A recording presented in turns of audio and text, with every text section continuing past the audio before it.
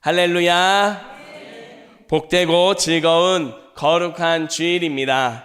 지난 한 주간도 이미 임재하고 계신 하나님께서 우리를 부르시는 삶의 자리에서 예배자로 살기를 힘쓰다 다시금 주님의 성전에 나와 예배드리는 성도 여러분 한 분 한 분을 주님의 이름으로 사랑하고 환영하고 축복합니다.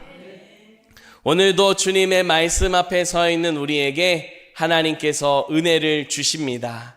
그 은혜를 붙잡고 새 힘을 얻고 삶의 자리로 나아가 복된 삶의 증인으로, 믿음의 증인으로 살아가는 우리 모두가 될 수 있기를 주님의 이름으로 축복합니다. 이제 주신 말씀 신약성경 마가복음 3장 1절부터 6절까지 말씀으로 어느 것이 옳은가 라는 제목으로 하나님 말씀 전하겠습니다. 지난 한 주간에는 참 신비하고 놀랍고 깜짝 놀라는 일들이 참 많았습니다. 폭설이 내리기 시작했었고 정말 눈앞이 아무것도 보이지 않을 정도로 엄청난 눈을 보기도 했습니다. 그 이후에 기사를 보니 시간당 20cm가 넘는 눈을 내렸다라고 하는 이야기를 보았습니다. 정말 많은 눈이 내렸구나 싶은 생각을 하는데 이제 그 눈이 또 언제 녹을까 싶었는데 날이 언제 그랬냐는 듯이 더욱 덥게 느껴질 정도로 따뜻하게 되었습니다. 그러면서 언제 녹을까 싶었던 눈들이 깨끗하게 녹아내리는 모습을 보았습니다. 눈이 한창 많이 내릴 때에 차를 타고 이동할 일이 있었습니다. 차들이 옴짝달싹하지 못하고 갇혀서 한동안 한참을 서서 기다리는 시간을 보내기도 했습니다. 길이 보이지 않고 길이 미끄럽다 보니 차들이 제대로 움직이지 못하는 그런 모습을 봤던 것이 불과 하루 전인데 하루 만에 그 길들이 다 녹아내리면서 차들이 언제 그랬냐는 듯이 쌩쌩 달리는 모습을 보게 되었습니다. 그러면서 우리의 삶의 모습도 마찬가지라는 생각이 들었습니다. 어려움이 닥치고 힘든 시련이 닥치고 걱정이 생기면 어떻게 해야 될지 어디로 가야 할지 몰라 옴짝달싹하지 못하는 우리의 모습이 생각이 났습니다.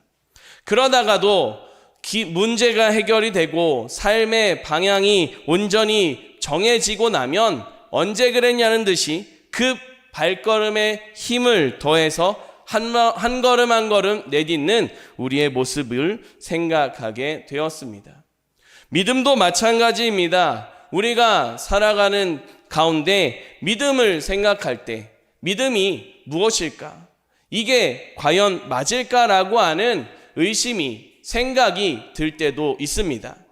그럴 때면 어떻게 해야 될지 어디로 가야 할지 알지 못해 우리의 걸음이 멈춰 서기도 합니다.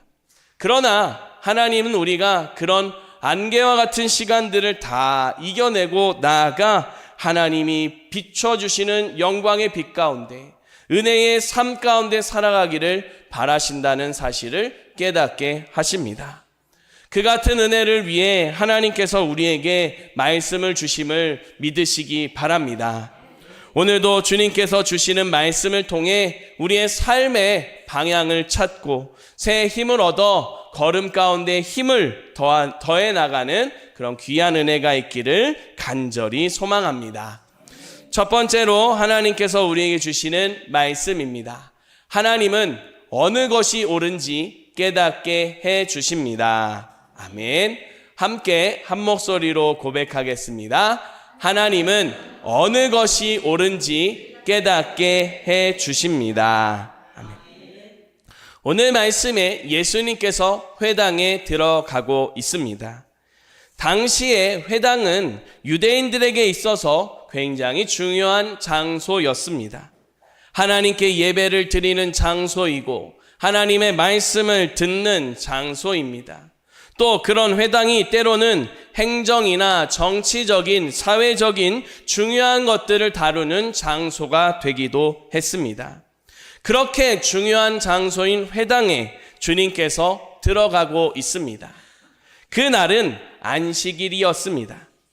회당이 유대인들에게 중요한 만큼 안식일은 유대인들에게 있어서 굉장히 중요한 날이었습니다. 독일 성서공회 해설 성경에 보게 되면 이런 내용을 볼 수가 있습니다. 안식일은 사람이 하나님 앞에서 한숨 돌릴 수 있는 날입니다. 하나님이 사람에게 베푸신 자비를 경험할 수 있는 날입니다. 라고 설명하고 있습니다. 이런 하나님 앞에서 은혜를 경험할 수 있는 날, 하나님 앞에서 회복이 이루어지는 날, 이런 날이 바로 안식일입니다. 그런 안식일을 하나님께서 거룩하게 지키라라고 말씀하셨습니다. 하나님께서는 우리 사람들이 안식일을 지킬 수 있도록 창조를 하시고 일곱째 날에 스스로 안식을 하시기도 했습니다. 그렇게 하나님께서는 우리 모든 사람들이 안식일을 통해 은혜가 있고 회복이 있는 삶이 되기를 바라셨습니다. 이렇게 중요한 날 안식일에 예수님께서 회당에 들어가셨습니다. 안식일이고 회당이니까 그만큼 하나님께 예배를 드리고 말씀을 듣는데 집중이 되어야만 하는 시간입니다. 그런데 사람들의 시선이 다른 곳을 향하고 있는 것을 볼 수가 있습니다. 2절 말씀에 보면 사람들이 예수를 고발하려 하여 안식일에 그 사람을 고쳐주시는가 주시하고 있거늘이라고 말씀합니다. 사람들의 시선이 두 사람에게 집중되고 있습니다. 하나는 예수님입니다. 또 하나는 그 사람입니다. 이 사람은 한쪽 손이 마른 사람입니다. 한쪽 손이 마비가 오고 또는 한쪽 손에 어떠한 문제가 생겨서 사용하는데 어려움이 있는 그런 모습을 하고 있는 사람입니다. 이렇게 하나님께 집중되어야 되는 자리에서 사람들이 예수님에게 그리고 한쪽 손 마른 사람에게 집중하고 있습니다. 이렇게 집중할 때에 사실 그 시간에 하나님이 예수님을 통해서 이 사람을 회복하시는 역사를 기대하며 바라보고 있었다면 참 좋았을 겁니다. 하나님이 하시는 은혜, 하나님의 이루시는 회복을 기대하면서 그것을 집중했다면 그 모습에 은혜가 더해졌을 터인데 사람들은 그런 기대를 가지고 본 게 아닙니다. 예수님이 이 사람을 고치면 안식일에 대해 범하는 것이고 안식일에 해서는 안 되는 일을 하는 거다라고 하는 꼬투리를 잡아서 고발하려고 했던 겁니다. 예수님이 안식일에 하지 말아야 하는 일을 하는가 안 하는가 그것을 바라보며 고발할 이유를 기대하고 있는 사람들입니다. 이 사람들이 이렇게 기대하고 고발할 이유를 찾을 수 있는 것은 안식일에는 일을 하지 않았기 때문입니다. 안식일에 하지 않아야 되는 일이 어떤 것인지에 대해서는 이후에 신약시대에 가면 서기관들이 해야만 하는 일과 하지 말아야 하는 일들을 정리하게 되는 모습이 이어지게 됩니다. 안식일에 하지 않아야 되는 것들이 약 30가지 정도 되는 모습입니다. 그 가운데 하나가 지금 이 환자를 고쳐주는, 아픈 사람을, 불편한 사람을 고쳐주는 것도 하지 않아야 하는 일 가운데 속해 있었습니다. 그렇게 해석이 되는 이유는 안식일에는 정말 생명이 위중하지 않는 이상 치료하는 행동을 하지 않게 되어 있었습니다. 그런데 앞서 말씀드렸듯이 안식일의 본래 의미는 하나님이 회복시켜 주시는 것을, 하나님이 주시는 은혜를 경험하는 그런 날로 제정이 되었습니다. 그런데 그 날을 위해서 하나님께 집중해야 되는 것들을 자칫 잘못 해석해서 본래 목적이 퇴색되게 만들어 버렸습니다. 하나님의 은혜가 무엇인지에 대해서 사람들이 혼동을 가질 수밖에 없는 그런 모습을 만들어 버렸습니다. 무엇이 바른지, 어떤 것이 옳은지 제대로 분별하지 못하는 그런 모습으로 회당에, 안식일에 있는 모습입니다. 예수님께서는 이런 자리에서 이 사람들이 어떤 것이 옳은지 깨닫지 못하고 있는 이 사람들이 바르게 깨닫고 그 삶을 이어갈 수 있도록 놀라운 역사를 이루어 주셨습니다. 안식일의 참된 의미가 무엇인지, 또 하나님이 정말로 원하시는 뜻이 무엇인지를 분명하게 깨닫게 해 주셨습니다. 그 오늘 말씀을 듣고 있는 그 시대에 예수님과 함께 있었던 사람들뿐만 아니라 지금 이 시대를 살아가는 우리에게도 마찬가지로 그 같은 깨달음을 주시는 것을 믿으시기 바랍니다. 오늘 말씀의 사람들은 예수님을 바라볼 때 비뚤어진 시선으로 바라봤습니다. 옳지 않은 시선으로 바라봤습니다. 곱지 않은 시선으로 바라봤습니다. 왜냐하면 사회적으로 그리고 자기들이 정한 율법에 따라서 그 기준에 맞지 않았기 때문입니다. 모든 사람들이 각자의 개인의 기준이 있었기 때문일 수도 있습니다. 어떤 이유가 되었든 예수님을 바라보는 시선이 곱지 않습니다. 그런데 사실 이 모습은 모든 사람들의 모습과 같습니다. 하나님 앞에 거룩함으로 지음받은 사람이 죄를 지었습니다. 죄를 범하는 그 순간부터 모든 사람들은 하나님을 향해 온전한 시선이 아닌 비뚤어진 시선으로 하나님을 바라보게 되었습니다. 하나님을 곱지 않은 시선으로 바라보면서 하나님이 우리에게 더 좋은 걸 주냐 안 주냐, 하나님이 내가 원하는 대로 하시냐 안 하시느냐, 그것에 더 관심을 가지고 살아가는 그런 죄 가운데 있는 모습을 알 수가 있습니다. 하나님께서는 이런 시선들을 깨뜨리시고 온전한 시선을, 어느 것이 옳은지를 바르게 깨닫기를 바라시며 은혜를 허락해 주셨습니다. 그 은혜가 바로 예수 그리스도입니다. 우리 주님께서 이 땅에 오시어 하나님을 바라볼 때에 온전히 바라보지 못하는 모든 죄의 문제들, 온전히 서지 못하는 모든 곱지 않은 시선들을 십자가에서 담당해 주셨습니다. 그렇게 하나님을 온전히 바라볼 수 있는 길을 회복하시어 하나님 앞에서 어떤 것이 옳은지 바르게 분별하고 거룩하게 살아갈 수 있도록 은혜를 주신 것이 바로 우리 주님의 사랑이요 능력이다 라고 하는 사실을 기억할 수 있기를 바랍니다. 사순절을 보내는 이 시간, 하나님께서는 우리가 바른 것을 바라보고 하나님의 기뻐하시는 뜻을 깨닫고 살기를 바라심을 알아갈 수 있기를 축복합니다.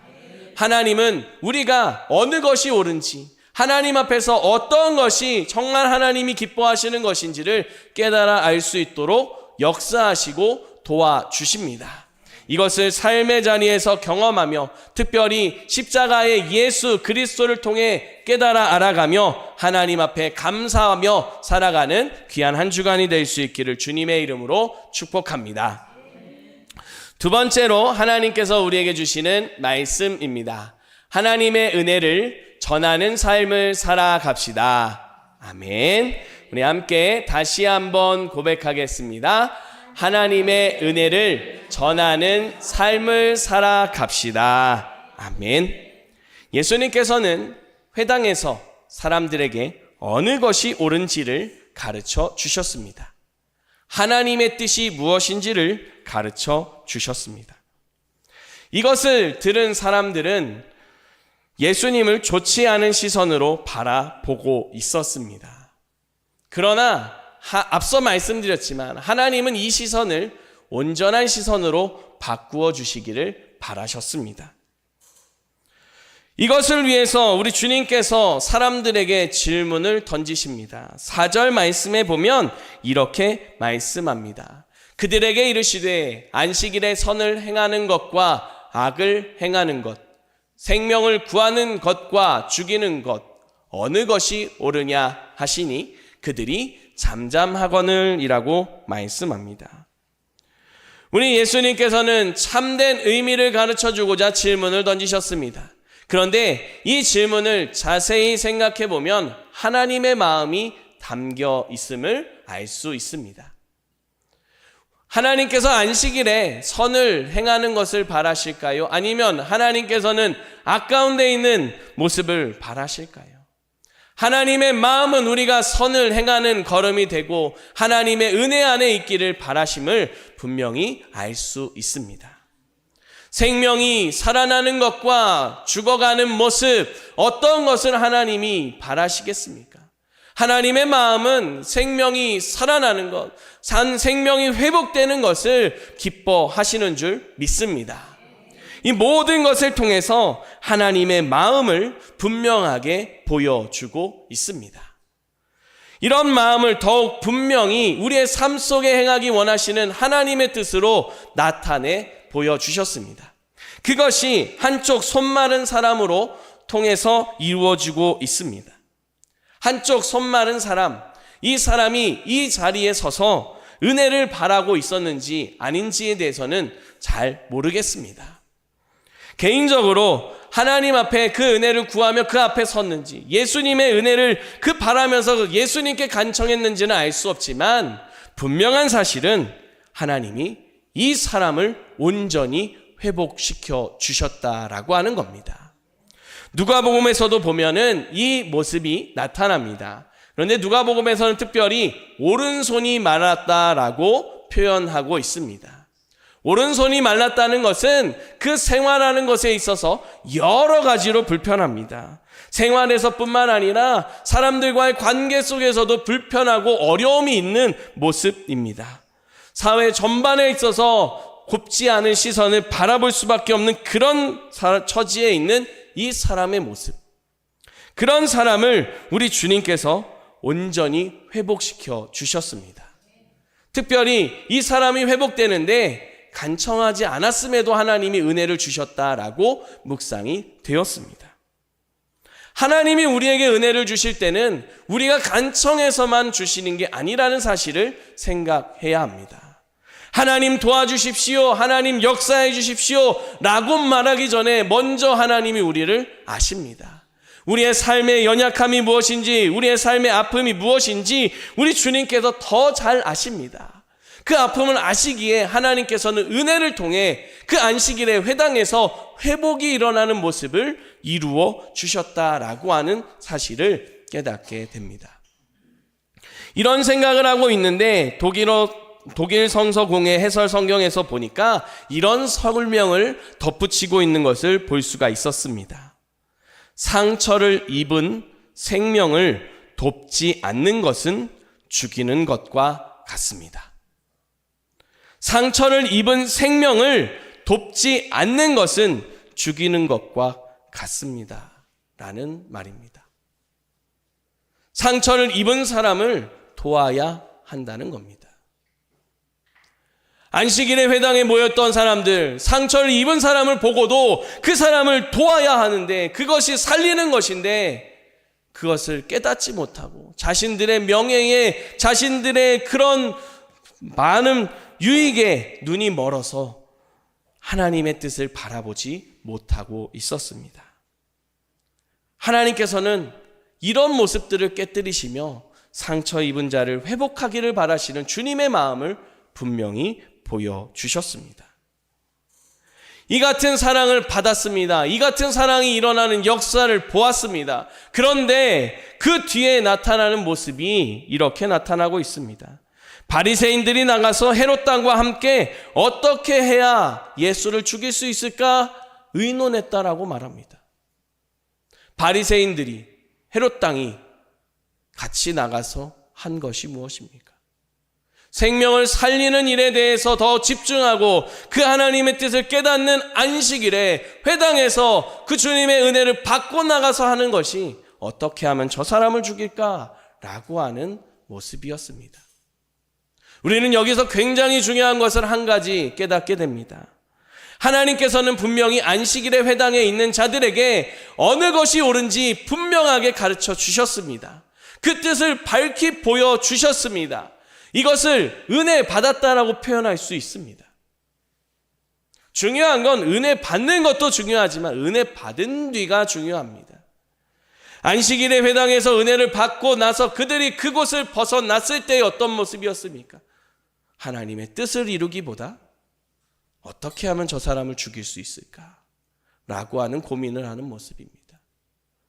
그 사람을 헐뜯는 모습을 더 생각하는 모습입니다. 하나님이 기뻐하시는 모습이 아니라 다시 죄 가운데 가서 죄 가운데서 더 큰 죄를 범하면서 살아가는 그런 모습을 볼 수가 있습니다. 하나님이 우리에게 은혜를 주십니다. 은혜를 받은 자는 은혜를 받은 것으로 끝나는 것이 아니라 그것이 삶으로 이어져야만 합니다. 삶의 자리에서 하나님의 은혜를 전하는 삶을 살게 되는 겁니다. 그 자리에서 구하지 않았음에도 예수님의 그 사랑으로, 그 은혜로 한쪽 손 말랐던 사람이 온전히 회복됐습니다. 그리고 나서 돌아갔습니다. 그 사람은 무엇라 말할까요? 사람들을 만날 때마다 뭘 말하게 될까요? 예수님이 하셨다. 하나님이 하셨다. 하나님이 안식일의 회당에서 나를 고치시고 회복하셨다. 라고 하는 선포를 했을 겁니다. 그런 선포는 앞서 말씀드린 대로 상처 입은 자들을 돕는 모습으로 이어지게 됩니다. 자신과 같은 처지에 놓여 있는 사람들이 보일 겁니다. 그 사람들을 바라보면서 어떻게 할까요? 그 사람들에게 가서 나는 고침 받았습니다. 당신은 아직도 그런 모습입니까? 아직도 기도가 부족하시네요. 라고 말할까요? 아닙니다. 말할 수 없는 하나님의 은혜가 나를 회복하셨습니다. 하나님이 당신도 회복하시기를 원합니다. 하나님의 은혜가 임하기를 원합니다라고 그를 위로하고 그의 삶의 소망을 전하고 더 나아가서 삶의 자리에서 기도하는 삶을, 말씀에 순종하는 삶을 살아가게 될 것입니다. 하나님은 예수 그리스도 안에서 우리를 구원하셨습니다. 예수 그리스도 안에서 어느 것이 옳은지 깨닫게 하십니다. 그 은혜를 우리에게 주셨습니다. 은혜를 주신 하나님은 이제 우리를 삶의 자리로 보내십니다. 하나님이 주신 은혜가 얼마나 크고 놀라운지 증거하는 삶을 살아가도록 보내십니다. 하나님의 은혜를 삶의 자리에서도 고백하며 기뻐하며 감사하며 찬양하는 삶을 살아가도록 우리를 보내십니다. 사랑하는 성도 여러분, 하나님의 그 크신 은혜와 사랑을 기억하며 주님 앞에 살아가는 우리가 될 수 있기를 간절히 바랍니다. 그 모습이 우리 주위에 아파하는 사람들에게로 더 시선이 향할 수 있기를 바랍니다. 이틀 전부터 굉장히 큰 안타까움으로 또 큰 걱정으로 본 뉴스가 있습니다. 우리나라 곳곳에서 산불이 발생했다는 소식입니다. 개인적으로 속초에서 지낼 때에 산불을 경험했기에 산불이 얼마나 무서운지 또 그 산불이 얼마나 우리에게 큰 아픔을 주는지 잘 알고 있습니다. 그렇기 때문에 하나님의 놀라운 은혜가 있기를 구하며 기도했습니다. 그런데 안타깝게도 지금 산불이 또 다른 곳에서도 계속 일어나면서 참 온 나라가 이것을 두고 더 같이 한 마음으로 기도해야 되는 모습이 되고 있는 것을 접하게 됩니다. 우리와는 상관없는 얘기다라고 하고서 멀리서 그냥 안타까워하기만 할 것이 아니라 정말 그들의 아픔이 회복될 수 있기를 위해서 우리는 더 힘써 기도해야 합니다. 그리고 이 산불, 우리 힘으로 어떻게 할 수 없는 것을 하나님께서 잠재워 주시고 바람을 멈춰 주시고 또 놀라운 기적과 같이 비가 내리는 역사도 있기를 바라면서 하나님을 구하고 그들의 삶의 자리에 위로가 임하기를 함께 기도해야 된다는 생각을 합니다. 사랑하는 성도 여러분, 우리와 많이 떨어져 있지만 우리가 또 알지 못하는 사람이지만 그들이 아파하고 신음하고 고통하고 눈물을 흘리고 있습니다. 우리는 이렇게 잘 알지 못하는 사람이라 할지라도 그들의 아픔까지도 나의 아픔으로 고백하며 주님 앞에 기도할 수 있는, 하나님의 위로가 임하는 은혜를 구하며 도울 수 있는 모습이 돼야 하겠습니다. 더 나아가 우리의 삶의 자리에서 만나는 사람들에 대해서는 더 직접적으로 은혜를, 위로를, 소망을 전할 수 있는 그런 모습이 될 수 있기를 바랍니다. 그렇기 때문에 하나님이 정말로 기뻐하시는 것이 무엇인지를 우리의 삶의 자리에서 증거하는 복된 삶이 되고, 또 여러분들이 계시기에 하나님 앞에 바른 뜻대로 말씀대로 살아가는 여러분들이 있기에 하나님 나라가 온전히 이루어지는 복된 삶의 처소가 될 수 있기를 주님의 이름으로 축복합니다. 기도드리겠습니다. 하나님 감사합니다. 우리가 죄 가운데 있을 때에 하나님을 온전히 바라보지 못했습니다. 그런 저희들을 긍휼히 여기시어 은혜를 베풀어 주셔서 구원받고 하나님을 바라볼 수 있게 해주셔서 감사드립니다. 더 나아가 주님의 뜻 안에 거하며 하나님의 사랑을, 하나님의 위로와 소망을 전할 수 있게 해주셔서 감사드립니다. 이것을 온전히 살아가며 삶의 자리에서 순종하며 실천할 수 있도록 성령님 역사하여 주시옵소서. 우리의 마음과 생각을 지켜주시고 우리가 만나는 모든 사람들에게 하나님의 놀라운 역사를 증거할 수 있도록 우리의 모든 것을 주장하시고 인도하여 주시옵소서. 우리 구주 예수 그리스도의 이름으로 기도드립니다. 아멘.